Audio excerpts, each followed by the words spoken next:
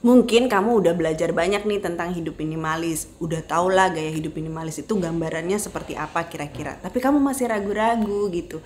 Gimana ya? Banyak pertanyaan-pertanyaan yang muncul di pikiran kamu.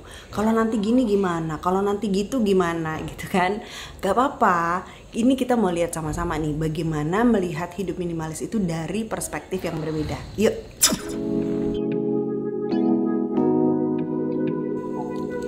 Pertanyaan pertama, kalau saya melakukan decluttering, udah keluarin barang dari rumah nih ya, tapi terus ternyata saya masih membutuhkan barang-barang itu, saya nyesel dong, gimana?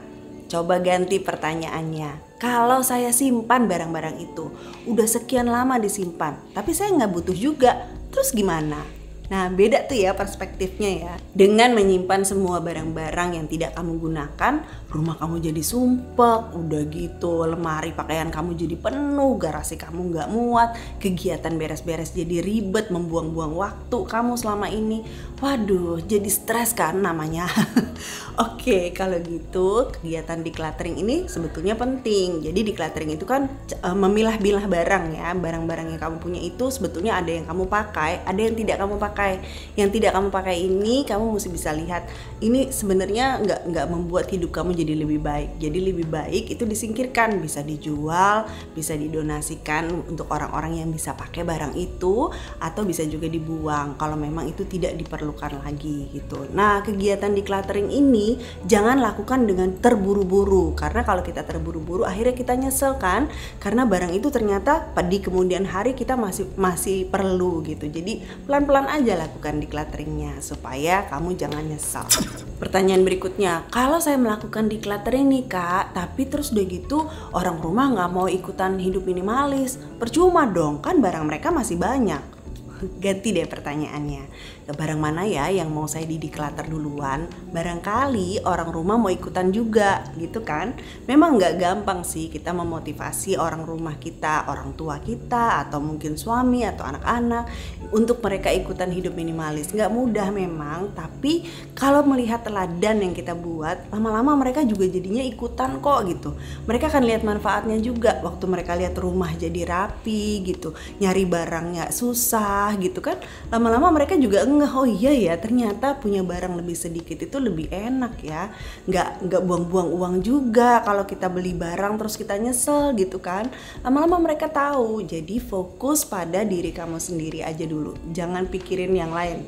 Oke, lihat aja manfaatnya nanti. Kira-kira cocok gak ya saya hidup minimalis? Kalau saya udah hidup minimalis terus nggak cocok gimana? Coba ganti pertanyaannya. Saya udah belajar nih tentang hidup minimalis. Saya mau coba latihan hidup minimalis yang mana dulu ya gitu. Jadi sebetulnya nggak semua hal harus ada jawabannya di awal proses kamu menjalani latihan hidup minimalis. Seperti yang saya cerita di video yang ini nih, itu beberapa jenis latihan hidup minimalis ya. Jadi nggak harus semuanya kamu coba sekaligus, enggak. Hidup minimalis itu bukan agama, bukan adat yang harus banget ada aturan-aturan yang benar-benar harus kita ikutin banget. Enggak gitu, enggak. Ini namanya gaya hidup. Gaya hidup itu tergantung orang masing-masing gitu kan. Kalau kamu mau yang ekstrim banget gitu, yang punya baju cuma 2, cuci kering pakai, yang minimalis banget ekstrim, ya kalau kamu cocok ya silahkan aja. Kalau saya sih nggak cocok. Kalau kamu punya 20 baju tapi semuanya 20-20-nya kamu pakai dan memang bisa kamu atur dengan baik, ya why not juga gitu. Jadi sebetulnya gaya hidup minimalis itu fleksibel aja sih, sesuai dengan kita masing-masing aja. Jadi yang penting mulai aja dulu. Kalau ada niat pasti ada jalan kan. Waktu kamu mulai, kamu akan mulai ngerti tuh banyak hal tentang diri kamu yang kamu baru tahu, oh begini ternyata diri saya itu seperti ini gitu. Jadi asik loh sebetulnya. Kalau saya hidup minimalis, saya bakalan kehilangan apa aja ya? Coba ganti pertanyaannya. Kalau saya hidup minimalis, manfaat apa aja yang bisa saya rasakan dalam hidup saya?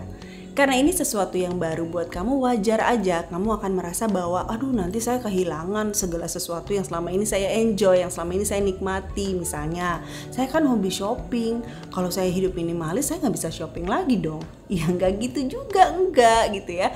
Tapi coba lihat dari sisi yang berbeda. Manfaat apa yang kamu dapatkan dari hidup minimalis? Kamu bisa punya lebih banyak waktu, kamu bisa punya lebih banyak uang, kamu bisa punya apalagi macam-macam deh hal-hal ya. Pikiran kamu jadi lebih tenang, hati jadi lebih enteng gitu rasanya gitu ya. Dan banyak manfaat lainnya. Saya pernah cerita juga tentang itu, nanti saya taruh videonya di link di deskripsi di bawah, kamu bisa nonton abis video ini ya. Banyak banget manfaat hidup minimalis yang bisa kamu rasakan. Jadi jangan berpikir bakalan kehilangan dulu, tapi lihat dulu manfaat apa yang bisa kamu dapatkan. Gimana kalau saya hidup minimalis terus saya ditinggalin sama teman-teman saya? Coba ganti pertanyaannya. Kalau teman-teman kamu nggak bisa menerima diri kamu apa adanya, apakah mereka memang betul-betul teman kamu yang sesungguhnya? Kalau kamu perlu untuk beli barang-barang untuk bisa membuat teman-teman kamu terkesan melihat hidup kamu, kalau kamu harus selalu pamer untuk bisa membuat mereka nempel sama kamu gitu ya, sampai akhirnya kamu harus beli barang-barang yang sebetulnya di luar kemampuan kamu sehingga kamu akhirnya ketumpuk hutang dan sebagainya, itu hanya untuk membuat mereka terkesan. Apakah mereka betul-betul teman kamu yang sesungguhnya? Teman sejati kamu seharusnya bisa menerima kamu apa adanya. Gimana kalau orang yang kasih hadiah buat saya marah karena hadiahnya saya kasih ke orang lain? Coba ganti pertanyaannya. Gimana kalau orang yang kasih hadiah buat saya tahu bahwa saya nggak suka barang itu, terus tapi barang itu ditaruh aja di lemari selama bertahun-tahun? Orang yang memberikan hadiah buat kita itu sebetulnya ingin supaya kita kan seneng, bukan kita jadi terbeban gitu, menyimpan sesuatu tapi tidak kita pakai. Barang yang seharusnya bisa digunakan sama orang lain gitu kan. Jadi kita mesti ganti aja perspektif kita. Kalau orang lain bisa menggunakan barang ini, kenapa harus saya simpen aja, bikin debu, bikin barang saya jadi banyak banget gitu, bikin lemari jadi sumpek. Mendingan dikasih ke orang lain yang lebih membutuhkan. Gimana kalau anak-anak saya iri kalau melihat barang-barang teman-temannya itu lebih bagus daripada barang-barang yang mereka punya?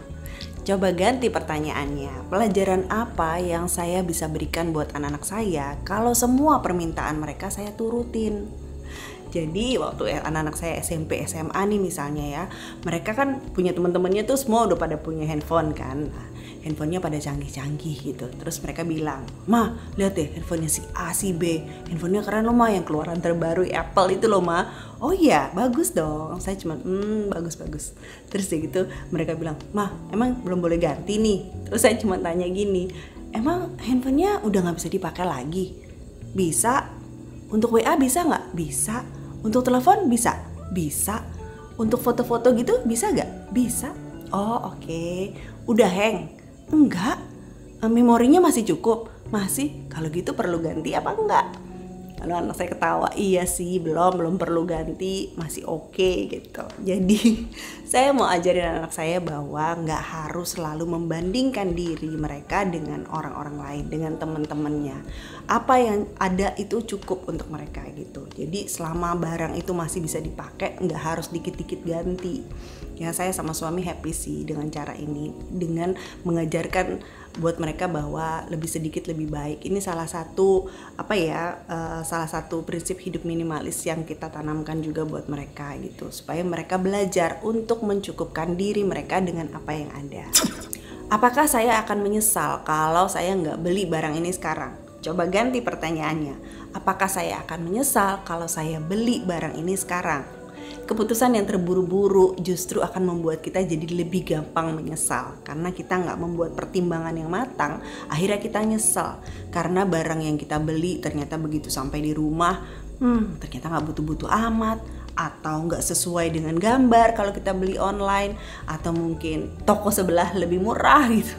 Karena kita nggak pikirin matang-matang sebelumnya, akhirnya kita nyesel beli suatu barang. Ngapain sih kita keluarin uang untuk sesuatu yang akan kita sesali kemudian hari gitu kan. Jadi ya kita mesti pikirin dulu matang-matang sebelum kita membeli sesuatu. Ini juga salah satu yang saya terapkan sejak hidup minimalis. Gak asal beli aja gitu, gak asal tergoda dengan sale aja, tapi bener-bener dipertimbangkan matang-matang dulu sebelum akhirnya memutuskan untuk membeli sesuatu. Jadi kalau kamu masih ragu untuk mau hidup minimalis, kamu bisa cek dari perspektif yang berbeda. Tanyakan pertanyaan-pertanyaan yang berbeda gitu ya. Nah, kalau kamu mau belajar hidup minimalis lebih banyak lagi, di sini saya taruh playlistnya. Kamu bisa klik di situ. Nanti kita ketemu lagi di sana. Thank you for watching ya. Bye.